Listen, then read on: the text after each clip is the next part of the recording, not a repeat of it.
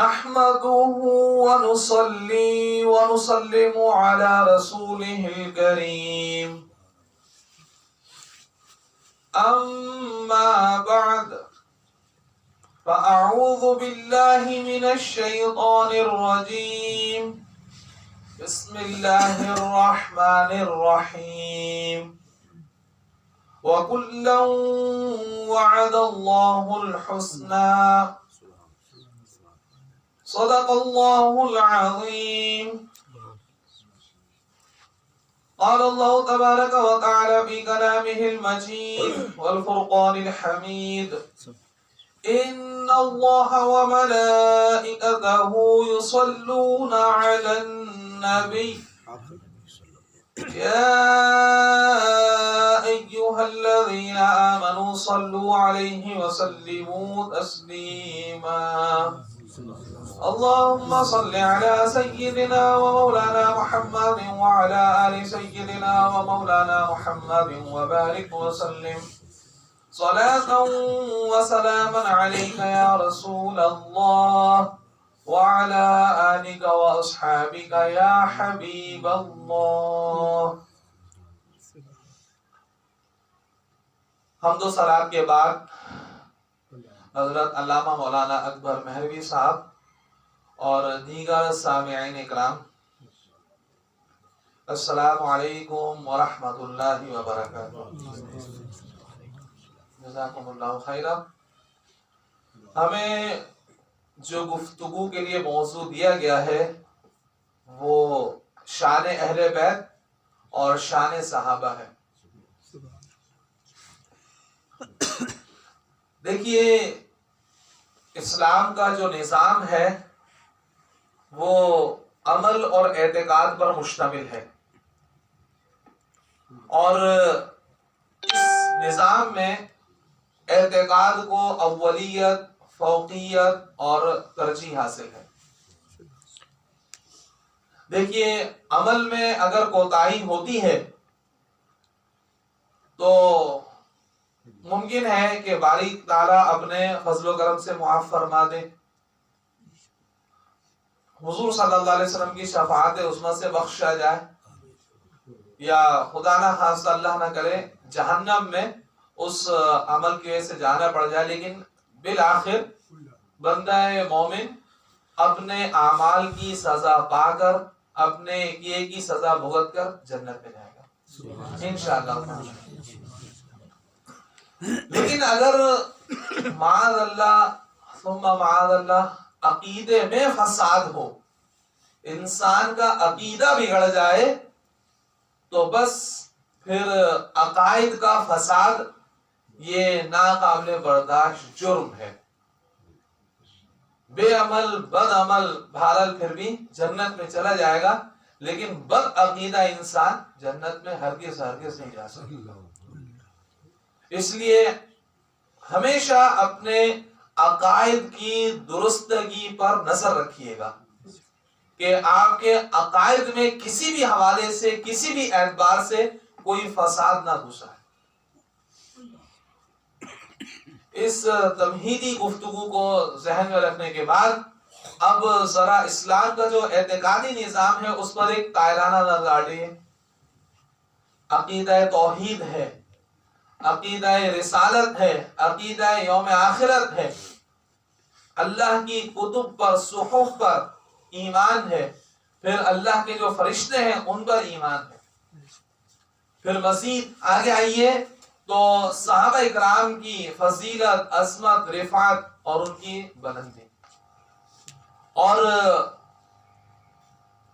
اللہ تبارک و تعالی نے صحابہ اکرام کے حوالے سے ارشاد فرمایا ہے وَكُلًّا وَعَدَ اللَّهُ الْحُسْنَى، ہر ایک کے ساتھ اللہ نے بھلائی کا وعدہ فرمایا ہے. سبحان اللہ. ہر ایک کے ساتھ اللہ سبحانہ و تعالی نے اچھائی کا وعدہ فرمایا ہے. یہ آیت مبارکہ قرآن کریم میں دو مقامات پر آئی ہے، ایک 5ویں سپارے میں سورہ نساء میں، اور ایک یہ سورہ حدید 27ویں پارے. دونوں جگہ ایک ہی الفاظ ہے، ایک ہی معنی و مفہوم ہے کہ تمام صحابہ کرام سے اچھائی کا، بھلائی کا وعدہ ہے. اب چاہے صحابہ اکرام میں وہ مرد ہو چاہے وہ عورت ہو، اب صحابہ اکرام میں چاہے وہ مہاجر ہو چاہے وہ انصاری ہو، اب صحابہ اکرام میں چاہے وہ اہل بیت ہو یا اہل بیت کے علاوہ ہو، تمام کے تمام صحابہ اکرام سے اللہ تبارک و تعالی نے اچھائی کا وعدہ فرمایا ہے۔ اور صحابہ اکرام کے حوالے سے جو جمہور کے عقائد و نظریات ہیں، جو جمہور کے افکار و خیالات ہیں، بس اسی پر کاربند رہیے، اسی پر عمل پیرا رہیے۔ اسلاف سے جو کچھ مروی اور منقول ہے بس اسی پر ایمان کافی ہے۔ اب دیکھیے اللہ تبارک و تعالی نے ارشاد فرمایا کہ محمد الرسول اللہ، سورہ فتح آخری آیت مشہور و معروف آیت ہے، محمد صلی اللہ علیہ وسلم اللہ کے رسول ہیں۔ والذین معہ اشداء علی الکفار رحماء بینہم، یہ پوری آیت مبارکہ در حقیقت صحابہ اکرام کے فضائل و مناقب پر نص ہے۔ اس آیت مبارکہ کا مطلب ہی مقصد ہی یہی ہے کہ صحابہ اکرام کی خصوصیات، ان کے اوصاف و خصال بیان کیے جائیں اور ان کی جو خدمات ہیں ان کا اعتراف کیا جائے۔ فرمایا کہ محمد صلی اللہ علیہ وسلم کے جو اصحاب ہیں آپ کے ساتھ، آپ کی معیت اور آپ کی رفاقت میں جو ہیں، تو وہ کافروں پر سخت ہیں، کافروں پر وہ سخت ہیں اور آپس میں رحم دل ہیں۔ کافر جب ان سے ملتا ہے تو مسلمانوں کے عقائد کی پختگی سے متاثر ہوتا ہے۔ وَلْيَجِدُوا فِيكُمْ غِلْظَةً، سورہ توبہ 11 سپارہ اللہ سبحانہ و تعالی نے ارشاد فرمایا کہ چاہیے یہ کہ وہ کافر تمہارے اندر پختگی پائیں۔ تو میرے عزیزوں، بزرگوں، دوستوں، چاہے آپ مسلم معاشرے میں رہیں چاہے آپ نان مسلم سوسائٹی میں رہیں، آپ کے عمل اور آپ کے کردار اور آپ کے عقائد کے اندر پختگی ہونی چاہیے۔ آپ فخر سے سر بلند کر کے کہہ سکے کہ ہاں میں مسلمان ہوں، میرے عقائد کی، میرے نظریات کی ایک بنیاد ہے، ہاں ہم فنڈامنٹلسٹ بنیاد پرست لوگ ہیں۔ تو کفار و مشرکین وہ آپ کے اندر ایک سختی اور ایک شدت کو محسوس کریں،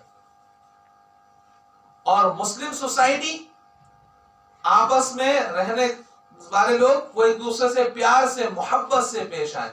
انما المؤمنون اخوہ، مسلمانوں میں جو تعلقات کی بنیاد ہے وہ آپ کی اخوت کی بنیاد ہے، وہ آپ کے برادرانہ تعلقات ہیں۔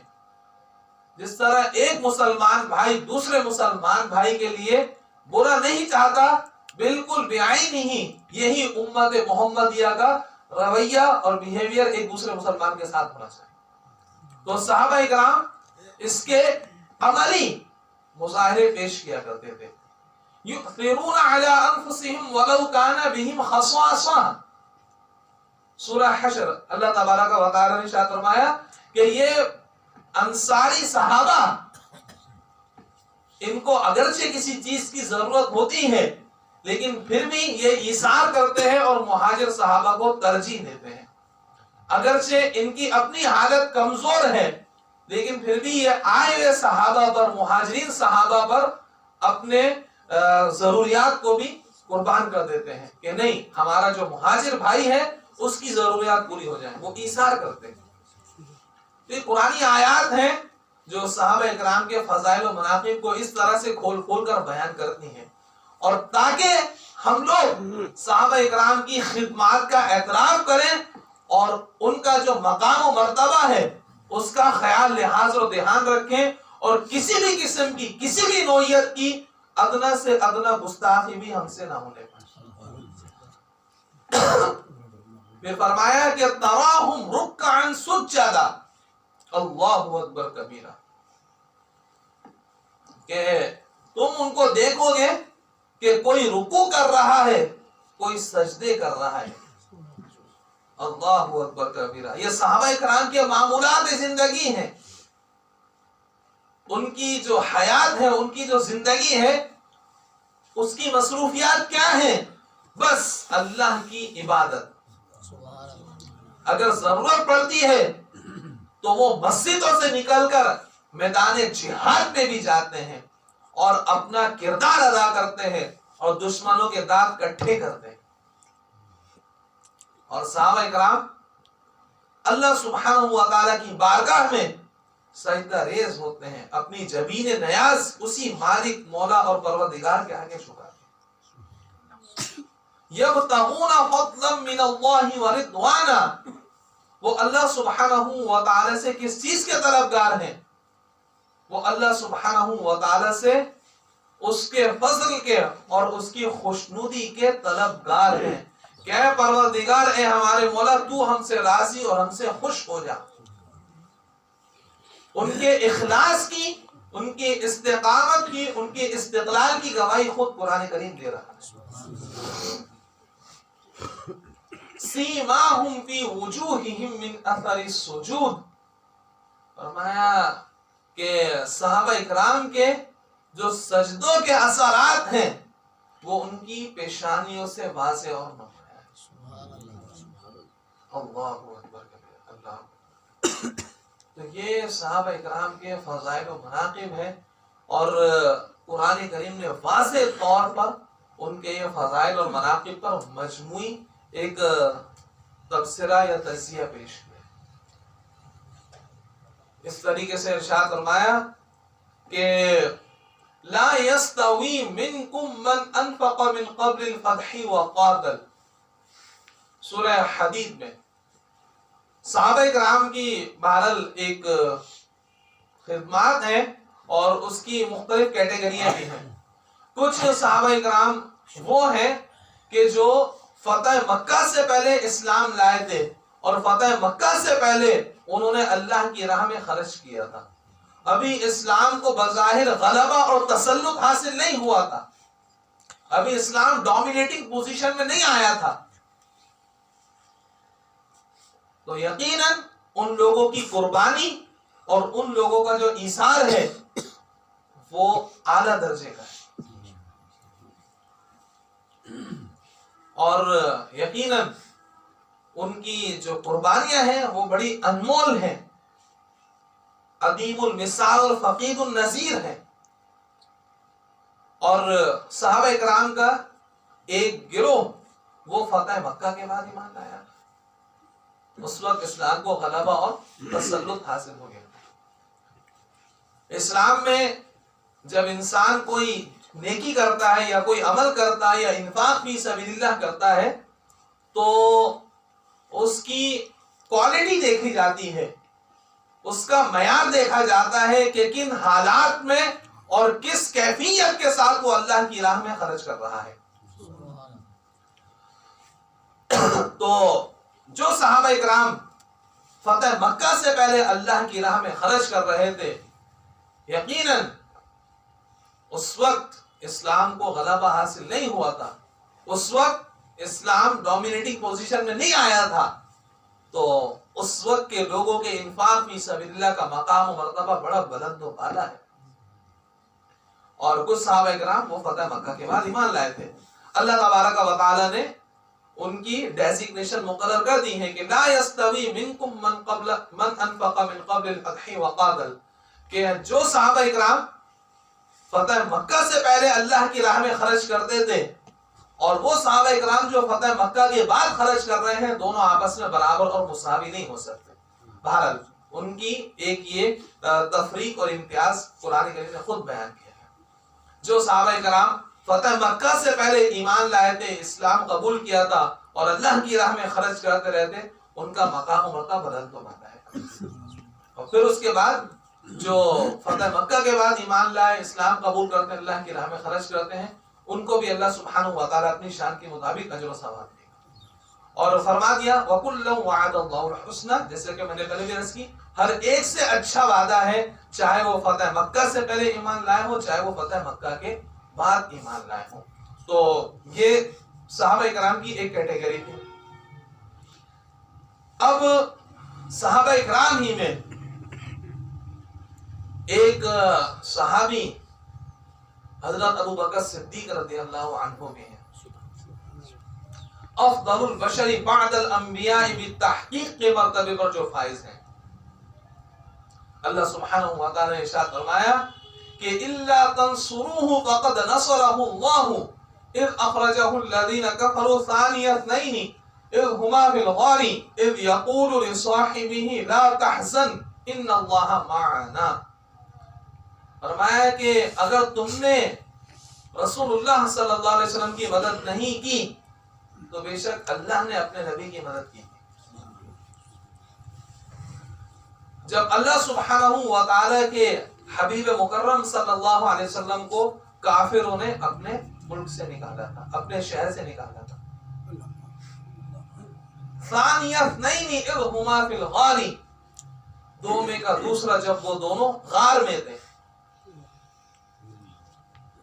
تمام محدثین, مؤرخین, تمام کتب سیر اس بات پر متفق ہیں, اس میں کسی کا بھی اختلاف مروی نہیں کہ ہجرت کی رات آقا دو جہاں صلی اللہ علیہ وسلم کے ساتھ صرف اور صرف حضرت ابو بکر صدیق رضی اللہ عنہ.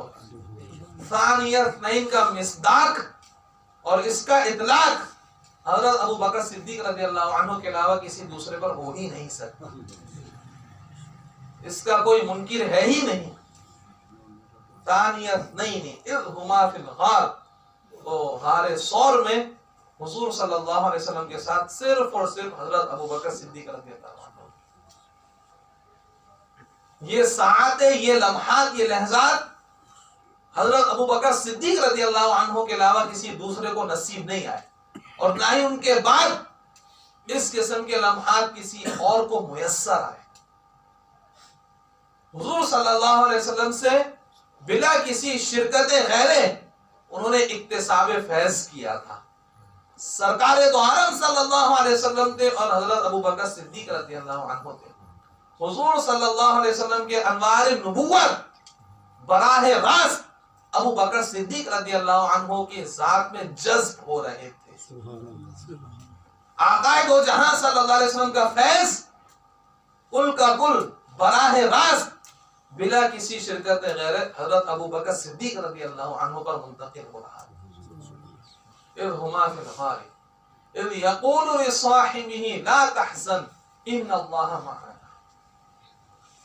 جب حضرت ابو بکر صدیق رضی اللہ عنہ پر خوف کی کیفیت طاری ہوتی ہے کہ ہم یہاں غار میں ہیں اور باہر کفار و مشرکین ہمیں ڈھونڈ رہے ہیں, اور ڈھونڈتے ڈھونڈتے وہ اتنے قریب, اتنے نزدیک آ پہنچے ہیں, اگر وہ فقط اپنے قدموں پر بھی نظر ڈالتے ہیں تو وہ ہمیں دیکھ لیں گے, وہ ہمیں پا لیں گے.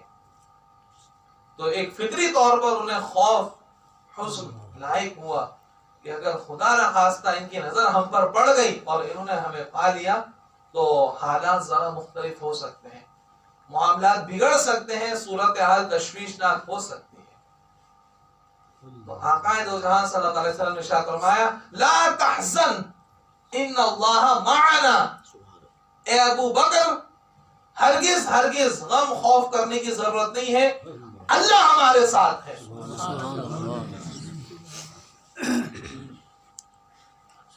عزیزان من, اللہ ہمارے ساتھ ہے. انبیاء کرام علیہ السلام کی تاریخ اٹھا کے دیکھیے قرآن کریم ہی کی روشنی میں کہ جب کوئی مشکل وقت آن پڑتا ہے, بظاہر تمام راستے بند نظر آتے ہیں, تمام راہیں مسدود ہو چکی ہوتی ہیں, اور ایسے میں جب رفقا کا صبر لبریز ہو جاتا ہے, ان کا پیمانہ صبر لبریز ہو جاتا ہے, اور وہ نبی سے عرض کرتے ہیں تو نبی یہی کہتے ہیں. آپ دیکھیے سورۃ الشعراء, جب حضرت موسیٰ علیہ السلام اپنی قوم کو لے کے مصر سے کوچ کر رہے ہوتے ہیں اور پیچھے فوج ہوتی ہے, سامنے پانی ہوتا ہے, قوم کہتی ہے اِنَّا لَمُدْرَكُونَ, موسیٰ اب تو پکڑے گئے. حضرت موسیٰ علیہ السلام کا یقین دیکھیے کیا فرماتے ہیں, کلا, ہرگز نہیں,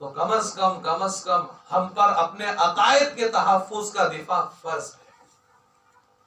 اور ہم لوگ اس بات کے قائل ہیں کہ اصحابی کالنجوم بأیہم اقتدیتم اہتدیتم، میرے تمام صحابہ کرام ستاروں کی مانند ہیں، کسی کو بھی اپنا امام بنا لو، کسی کی بھی پیروی کرنا شروع کر دو، کامیاب ہو جاؤ گے، فلاح پا جاؤ گے. اور اہل بیت بھی اللہ اکبر کبیرہ، نبی کے گھرانے سے محبت کرنا یہ تو عین سعادت، عین عبادت ہے. اللہ اکبر کبیرہ. انما یرید اللہ لیذہب عنکم الرجس اہل البیت ویطہرکم تطہیرا. اور اس سے بھی پیچھے کی جو آیت ہے وہ ذرا پڑھیے. وَاذْكُرْنَ مَا يُتْلَى فِي بُيُوتِكُنَّ مِنْ آيَاتِ اللَّهِ وَالْحِكْمَةِ إِنَّ اللَّهَ كَانَ لَطِيفًا خَبِيرًا. یاد رکھیے گا کہ قرآن کریم کے اس سیاق و سباق سے یہ بات بالکل واضح اور نمایاں ہے کہ اہل بیت کا اطلاق حضور کی ازواج مطہرات پر ہوتا ہے. پیچھے یا ایھا النبی قل لازواجک ان کنتن تردن الحیات الدنیا وزینتها فتعالین امتعکن واسرحکن سراحا جمیلا. یہ پورا کا پورا رکوع ازواج مطہرات ہی سے خطاب ہے. اور اسی خطاب میں اللہ تبارک و تعالی نے ارشاد فرمایا کہ اے نبی کے اہل بیت، اللہ سبحانہ و تعالی کا ارادہ یہ ہے کہ تم سے ہر قسم کی نجاست کو اور گندگی کو دور کر دیا جائے. وَيُطَهِّرَكُمْ تَطْهِيرًا، اور تمہیں خوب پاک صاف اور ستھرا کر دیا جائے. اور یہ دیکھیے کہ وَاذْكُرْنَ مَا يُتْلَى فِي بُيُوتِكُنَّ،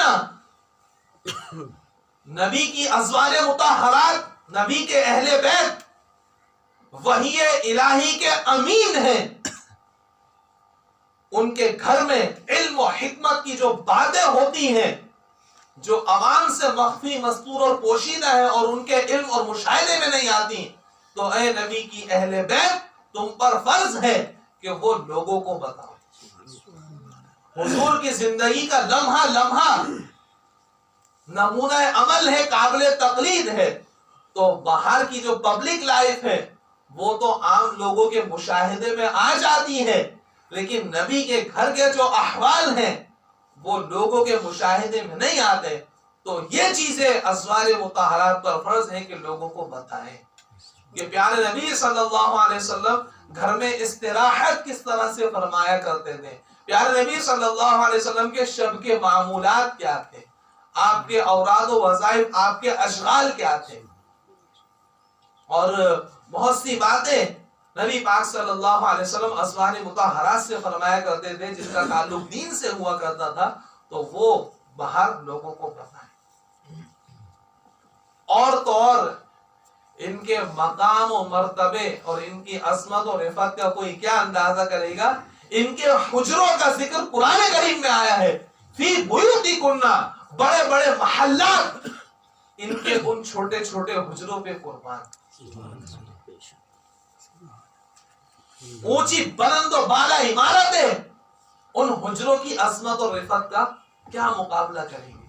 فی بیوتکن، ان گھروں میں. اور دیکھیے وہ جو حجرے تھے وہ آج مسجد نبوی کا حصہ بن چکے ہیں. اللہ اکبر کبیرہ. وَاذْكُرْنَ مَا يُتْلَى فِي بُيُوتِكُنَّ مِنْ آيَاتِ اللَّهِ وَالْحِكْمَةِ. پھر نبی پاک صلی اللہ علیہ وسلم کی جو حضرت علی رضی اللہ تعالی عنہ ہیں، اب میں مختصراً ایک ایک حدیث مبارکہ ان کے حوالے سے بھی عرض کرتا چلوں.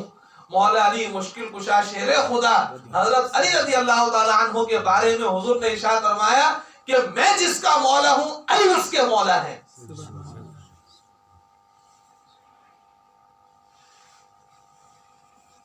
غزوہ خیبر کے موقع پہ آقا دو جہاں صلی اللہ علیہ وسلم نے ارشاد فرمایا تھا کہ کل میں علم اس کو دوں گا کہ جو اللہ اور اس کے نبی سے پیار کرتا ہوگا اور اللہ اور اس کے نبی بھی اس سے پیار کرتے ہیں. یہ وہ موقع تھا جب ہر صحابی کے دل میں یہ خواہش تھی اور یہ تمنا مچل رہی تھی کہ کل علم ہمیں مل جائے. اس لیے نہیں کہ سپہ سالاری ہاتھ میں آئے، اس لیے کہ اللہ اور اس کے رسول کی محبوبیت نصیب ہو جائے. اور کل اگلے دن جب سورج طلوع ہوا تو آقا دو جہاں صلی اللہ علیہ وسلم نے طلب فرمایا کہ علی کہاں ہے. اللہ اکبر. تو پتہ چلا کہ علی رضی اللہ تعالی عنہ وہ اللہ اور اس کے رسول سے پیار کرتے ہیں، اور اللہ اور اس کا رسول بھی حضرت علی سے پیار کرتے ہیں. حضور صلی اللہ علیہ وسلم نے ارشاد فرمایا کہ فاطمہ مجھ سے ہے اور میں فاطمہ سے ہوں. فاطمہ میرا لخت جگر ہے. فاطمہ حضور صلی اللہ علیہ وسلم کے خون سے پیدا ہے. فاطمہ میرے جگر کا ٹکڑا ہے. اور حضرت امام حسن اور حضرت امام حسین رضی اللہ تعالی عنہما کے بارے میں ارشاد فرمایا کہ یہ دونوں جنتی نوجوانوں کے سردار ہیں. تو عزیزان من، یہ ہے عقیدہ اہل سنت کہ جس میں اہل بیت سے بھی محبت ہے، جس میں مجموعی طور پہ تمام صحابہ اکرام سے بھی محبت ہے، جس میں تمام صحابہ اکرام کی عظمت ہے، جس میں تمام صحابہ اکرام کے فضائل و کمالات کا اعتراف ہے. ان الفاظ پر آپ حضرات سے اجازت چاہوں گا. اللہ سبحانہ و تعالی صحابہ اکرام کی بارگاہ میں یہ نذرانہ عقیدت قبول و منظور فرمائے. وما علینا الا البلاغ المبین.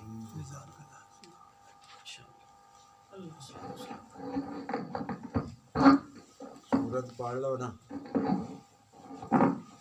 صلاۃ السلام. ایک شعر صلاۃ السلام.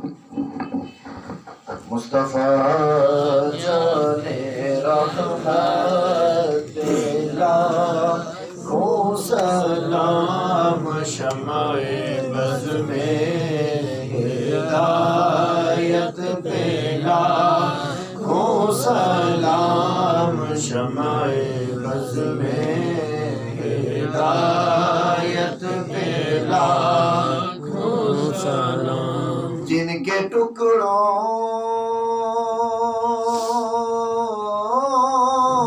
پہ پلتا ہے سارا جہاں، جن کے ٹکڑوں پہ پلتا ہے سارا جہاں، اس سخی کی سخاوت پہ لاکھوں سلام. مصطفیٰ جانے رحمت پہ لاکھوں سلام، شمع بز میں ہدایت پہ لاکھوں سلام، شمع بز میں ہدایت پہ لاکھوں سلام. السلام سبز گنبد کے مکین، السلام یا رحمت للعالمین. یا الہی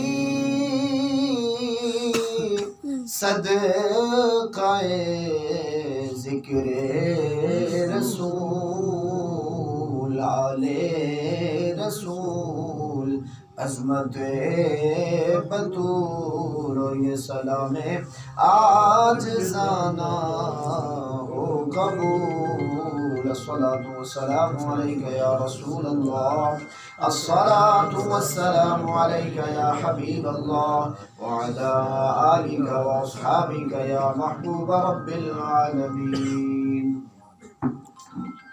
بیٹھ جاؤ، تشریف رکھو.